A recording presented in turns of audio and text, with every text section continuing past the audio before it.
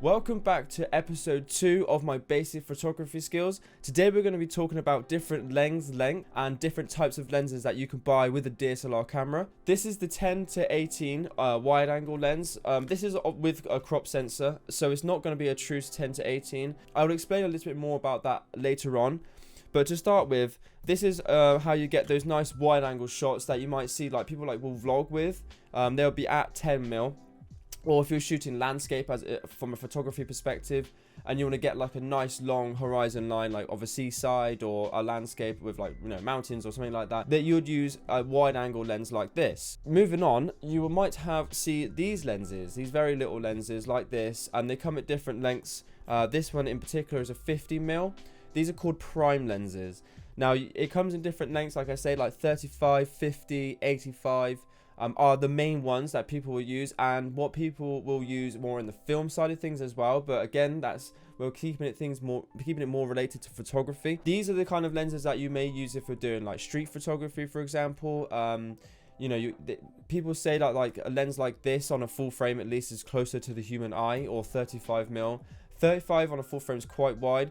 But the biggest thing with these lenses is they don't zoom. You have to physically move in or out closer to your subject to fill their frame, if that makes sense. Get closer or stand farther away if you wanted to get a bigger, wider shot, if that makes sense. Moving on to what I would say is like the standard lens, like the kit lens essentially. And yes, I've got no paint on the back of this.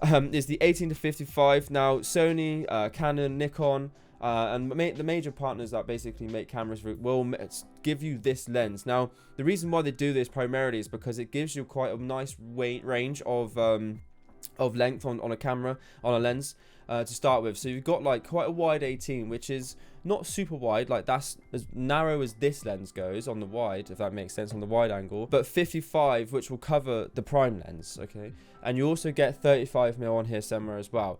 So you can see like you've got the different lengths here, as you can see on it, is in millimeters.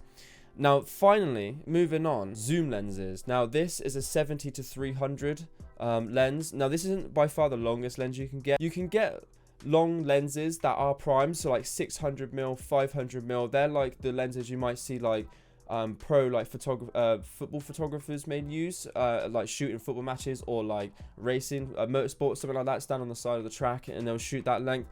The reason why they use prime big long lenses, like will be like 3 times the length of this, is because with prime lenses you come down to a much lower f-stop. So this stops down to f1.8. Which is because it's just a cheap 50mm. That's why it only stops down to 1.8. Whereas this comes down to 5.6 at the widest aperture, which means obviously it lets more light in. But this is not as fast as the 50mm. But the reason why I have this one and use this one quite a lot is because you can zoom it out to 300. So like for example, when I was shooting football in the past, basically like pick out players from the other side of the pitch, I can just zoom in rather than having to run around and chase them, right? So that's basically like the different lenses.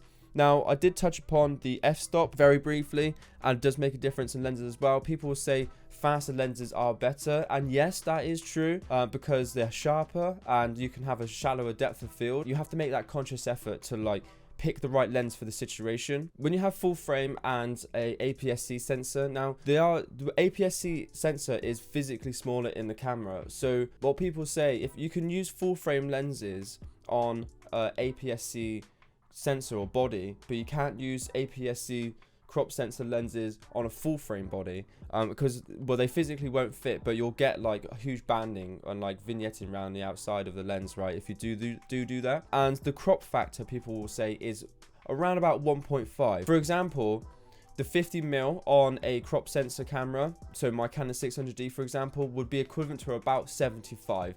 It's not exact maths, but you have to take that into account when you're using the lenses. So the 70 to 300, for example, is probably more like 85 to 355 or something like that. It's like a different lenses. That's because you're physically cropping like a little bit out around the outside of the sensor, because that's how they're manufactured essentially. But thank you very much for watching. Subscribe, leave a like on the video, and share with everybody.